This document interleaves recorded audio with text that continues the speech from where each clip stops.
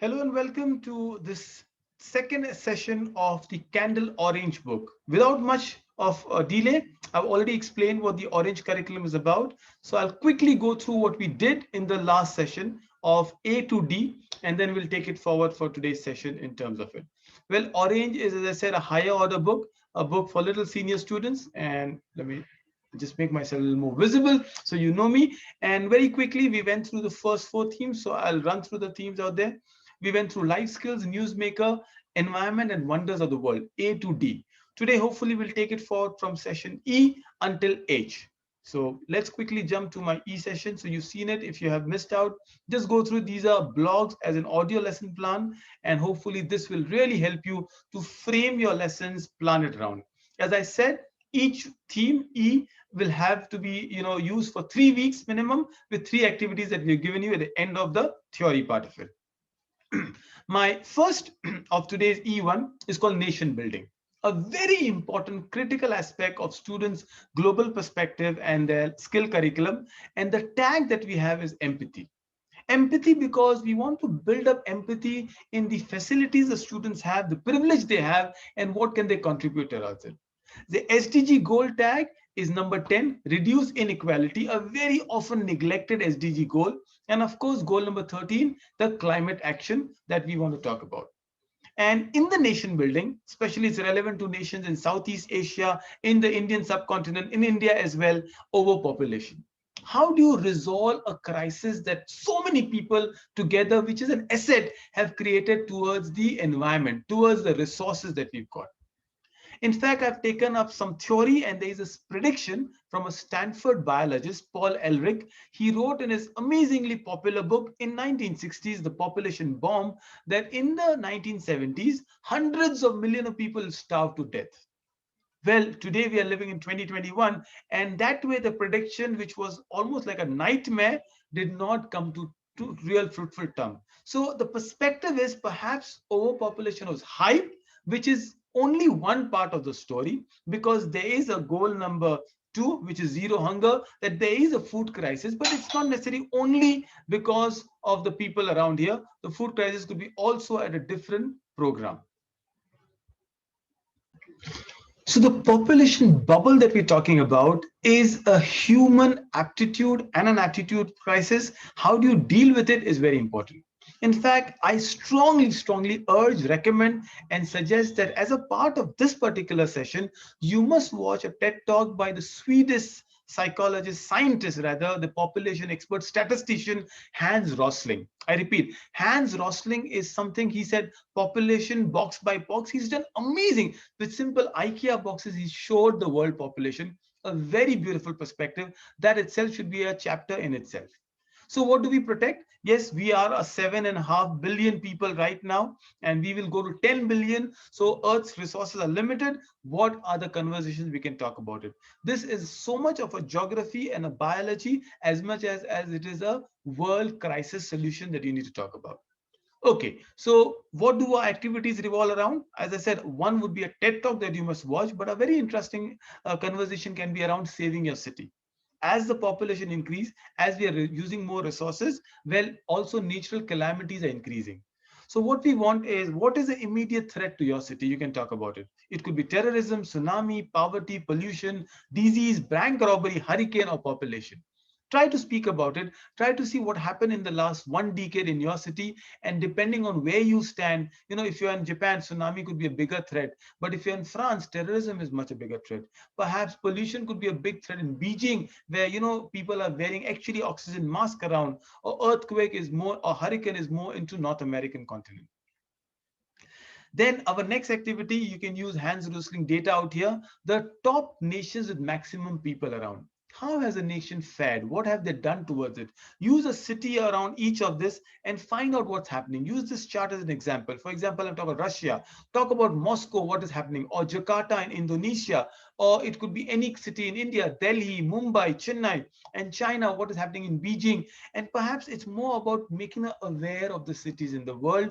And this is a lot of conversation. I also do a world map thing where you show a world map to them, and you can pinpoint where these countries are and the cities are. Excuse me.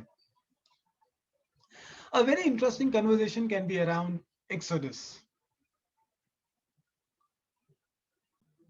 Exodus is a biblical word when it comes to the migration of Moses from Egypt to the Holy Land, Jerusalem. Well, it is a word that is relevant to a lot of faiths, the three faiths that actually have origins in and around the very important center, right, in the Gulf. But what we are saying is the Exodus is a very historical fact, a very interesting fact. What happened? 2 million people moved from one place to another. At times when you had to coordinate with people, you had to shout out to how would the Exodus would happen. But today we have similar exoduses happening, isn't it? The migration of people from, say, the war-torn cities of Syria all the way to Mediterranean, and then pushing on themselves to, say, Greece or Germany finally. So we've taken two very serious case studies, and we want children to think like, disaster management heroes on how are you making a strategy for it. Your case study one is a hypothetical 2 million people stuck in the Libyan Sahara Desert. Where would they go to? Now, of course, this is as much as about a political crisis as it is about a geographical understanding. They should know where Libya is. What about Libya? What are the countries around Libya? How would they move in a desert? What kind of resources they would need? And it would be really interesting. First of all, 2 million is how many? First let them look at the people. Perhaps 2 million could be women also. How would you send the military helicopters? Which are the nations which are more advanced who can come and help them? It would be very interesting conversation around the case study. Case study two is a smaller number. 200 people are moving, and you are ahead of the people from Senegal and Africa to Greece in Europe. Let them draw a map from there. What are the oceans? What are the seas? What are the areas you cover? As I said, Mediterranean is a cover. And then we want them to start thinking as a head, how would you do? Do you know the world refugee was the 2016 word of the year? People were really refugees across. Write down 10 survival key points. What would you take? There is a picture, a very gory picture of this boy, Aylan Kurdi, who was found, washed on the seashore dead. A 9-year or 6-year-old boy. And this is the sad part of our nature. This is the sad part of the world that's talking. And that is why the word was empathy. We want them to develop empathy as they understand the nation building requires people to come together. So moving from there to my sixth theme, the F theme is values. Well, in the skill tag, it's self-awareness. In the title, it is character building. And the SDG goal, goal number 5, one of my favorite goals, called gender equality, and goal number 11, sustainable cities. So what are the values around? And you will find this SDG goals mostly in the activities that we do. Well, values are beliefs you lead your life with. Values determine what happens when you see a cash lying on the road or your toy that you want to buy.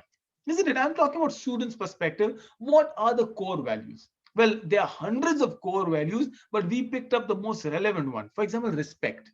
Respect is a value. If you give, you will get. How do you respect elders? How do you respect the poor? How do you respect your sibling is very important. Values like politeness, or just being kind, gracious, gratitude is a very important value.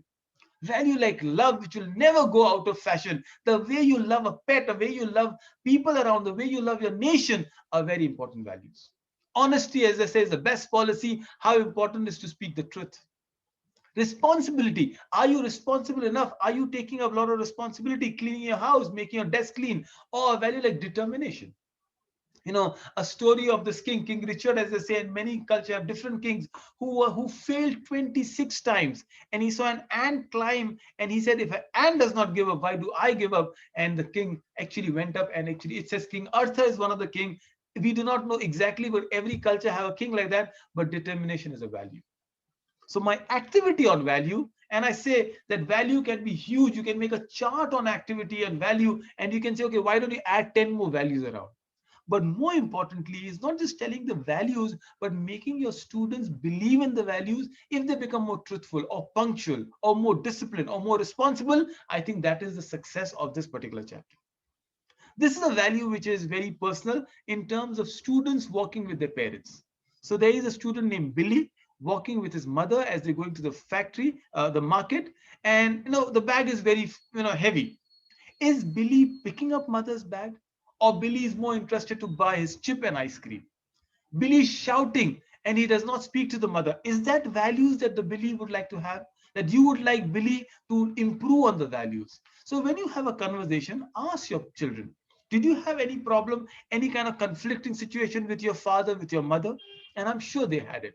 It could be over breakfast or homework, or especially over mobiles and TV time. What values did Billy not follow? And then we need to start talking about these values. Also, a little activity on a mental note is I gave some symbols to values. These are just random symbols, so don't worry. They are not right and wrong symbol. For example, a symbol like shaking hand could be a value like friendship, a value like trust, a value like, the three people together is teamwork, a very important value. So you give your own values, you give your own names, like, saying no is like saying no, that's it. Value of saying no, the value of being truthful, the value of keeping your word. So you can make your own thing. You can also make some symbols, let's say a value like, as I said, punctuality, a time clock is very important. Give them some tasks and make some activities around it. There's so many things you can do, and that is what a skill curriculum has to do. My second activity on value is about valuing people. So I've got two case studies for you, right? How do you really reach out to the top? Blind faith. We speak about, just general thing that you value people. So let's talk about blind faith, or case study one.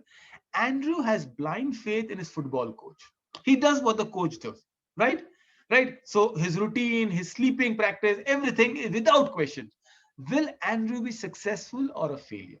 It's a very interesting case study. You have a lot of parameters, but I'm sure students will have two different views. And trust me, there are no right and wrong view, right? We can always say the answer that if the student has own set of principles and values, and the coach is giving the same, and they're not antagonizing, they're not going against the values, the coach is right and Andrew should follow.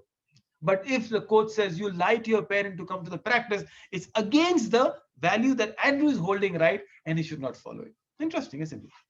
Another case study is about Anna. Anna has read a new book called Secret. She's immersed in the book. She has complete faith in the author's word, which, by the way, is by Rhonda Byers, right? It's a beautiful book, whom she has never met in person. She does everything the book says. Is it blind faith, or Anna is right to do so? Your discussion can be a summary of the book Secret, and you can actually do a audio summary, a video summary. There are some you can send that a YouTube link to the students. There are 3-minute summaries, also there are blog summaries. Let them understand what the Secret says. Some child, and it's a good book to read, by the way. There's nothing wrong in the book. And then you discuss how much do you follow a book. Maybe what are the other books we blindly follow? Should we follow the scriptures? Should we question it? And how do you understand it? And a lot of conversation can be around it. And this would be a very valuable thing for them to hold part. My last discussion is on value for things. I love the quote which says that, you should love people and use things, but often we use people and love things. Another case study, but on a different perspective, that you've just won $2,000 converted into your currency, because dollar is a very universal currency, and you wanted to buy a used car the neighbor is selling. The last time you asked the owner, he was ready to sell it almost $5 less than 2,000. You know what money you have saved and what you earn weekly. Now ask yourself and make a chart on the positives and negative of buying a second-hand car, or buying the car in the first place. Or should you actually use Uber and Ola instead of buying a car? What are the known and the unknown factors? This is more like a decision making, but on the values you hold. Well, a car can help you immediately go wherever you want. Maybe it will help you with your family, but a car also has a lot of maintenance costs. Choose the right and the wrong things. And importantly, ask what are the values you put together when you make a decision like that. A different case study, but something that will help you understand about yourself, because the core theme of this is self-awareness. So as a teacher, and see, as a teacher, you can take a lot of divergent values. A teacher asked me, sir, can I do differently? I said, this is a template. For me, I would have done with what car do you want to buy in the first place? And sometimes you can do a discussion on needs and desires. That's also what values, right? Today, we are more driven by our desires than our needs. Maybe I desire a Lee Cooper, what is a Mini Cooper? It's a lovely car, a small car. But the need for my bigger family is I should buy an Ertiga. And Ertiga is cheaper than a Cooper. A Cooper is 20 lakh plus car, and Ertiga is 10 lakh plus car. It's a difference of 100%. What do? You can make that, and trust me, a lot of students today love this car conversation. And also smaller things. You can do a game on just car names. A car with A, B, C, D. D, what's a car with D? Some Dashan or E. I said Artuga. B is BMW. Is it a car company, a car name? It's fun sometimes when you do something that a student don't expect you to do. So that's what you should be doing. My last conversation is a topic on G, is a social skill. And one of the skill I'm talking about is don't panic. The skill tag is coping with stress. Well, it's a very important stress because today exam comes in, we are afraid. Somebody else talks to us loudly, we are afraid. Phone rings at the end of a late hour. It should be afraid, but you panic a lot. What should you do? So my conversation starts with what happens when you panic. So physical signs like perspiration, like sweating, increased heartbeat, or psychological signs like you're afraid internally. What should you do?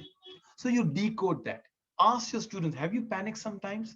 What happens when you panic? There is a very interesting conversation in psychology and counseling called fight or flight. For example, when you see a snake, what do? Your immediate urge is to move away, run, which is a flight. But sometimes you want to fight it out. When should you fight? When should you flight? Right? It is also called respond or react. Are you reacting or are you respond? Responding is using application, applying, staying calm. The SDG goal that we're talking about, and since I told you all about it, it's relevant. It's goal number 3, good health and well-being. And of course, also proper education. So it's quality education, goal number 4. Panic is a natural reaction. So after you discuss a lot about panic, because this is a very interesting topic, we jump to the activities immediately. In G2, I talk about controlling a situation, and I say that you have been selected to talk on values. Remember the values that we spoke earlier, and it's a Skype. Today it could be a Zoom interview with a team in Germany. So, but as you start, your internet is too slow or the software is not downloading, what do? You panic. So ask them, if you panic, what happens? Try to fix it. Blame the internet or find an alternative. What would that be?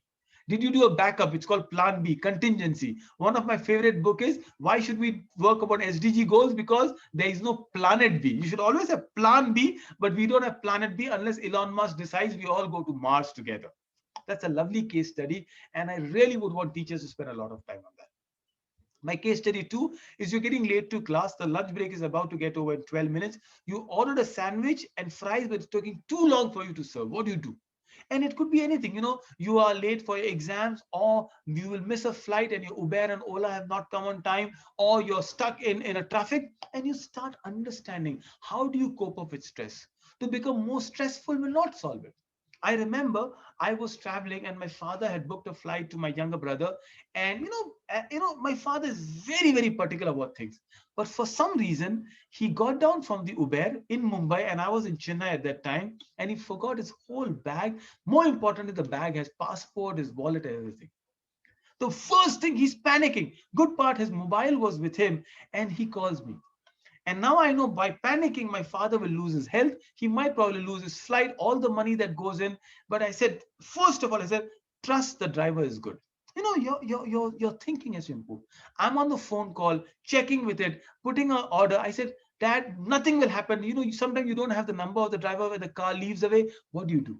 When I'm talking about it, it's a situation. What I told to my dad is, I've already contacted Uber.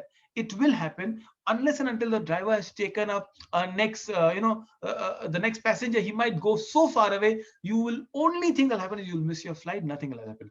We'll reschedule the flight. I said, you have 2 hours. We'll talk about it. But right now, for the next 20 minutes, just stand where the driver drop you. In most likely situation, the driver will come back. And well, 15 minutes later, the driver is back. And I told him, gift him handsomely because he deserves the gift for the trust. But the driver gave the parcel. Imagine the relief I had all the way away. My father had. But if you'd panic, you'd cried, you'd complain, nothing would have happened. You just stay calm and you solve the situation. And that is what I'm expecting you to. A very major scare around the world is COVID-19 scare, isn't it? How do you solve a COVID-19 scare is what you do. So what we're talking about in this is chat with 5 different friends, see the responses. Are they panicking? Are they, as we say, flight or fight? Are they responding? Are they reacting to it?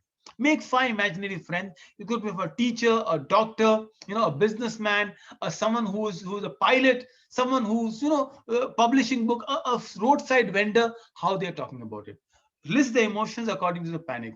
What precautions should they take even today? Wearing a mask, being protected, washing the hands. It's a very important situation. And I've given you some statistics, some kind of WHO guidelines. I think most of you know very well, but we talk about it. Oh, one very interesting thing, a side thing is you can ask everybody to show off the best masks. Oh, I have some of the masks which I love so much. I wish I can show them to you. Maybe in the next session I will do it. I have a mask with my favorite characters, an Avenger character mask, or the Professor of Money Heist. I've got masks with slogans where it says unity, which says team. I've got ordinary masks also. I've got masks with those funny faces, the Joker there from the Batman series. It's just fun to talk about it and say, hold on, relax, don't panic. That's the key. My final activity in panic is a panic attack.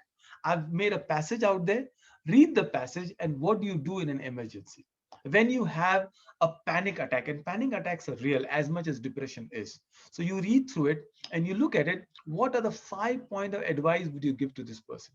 Is this person's gender male or female? It's very interesting how biased and stereotype you can become. The moment if you look at the picture, you might say, oh, it's a female. Why a female only? Have I used the word she or he at any point in time?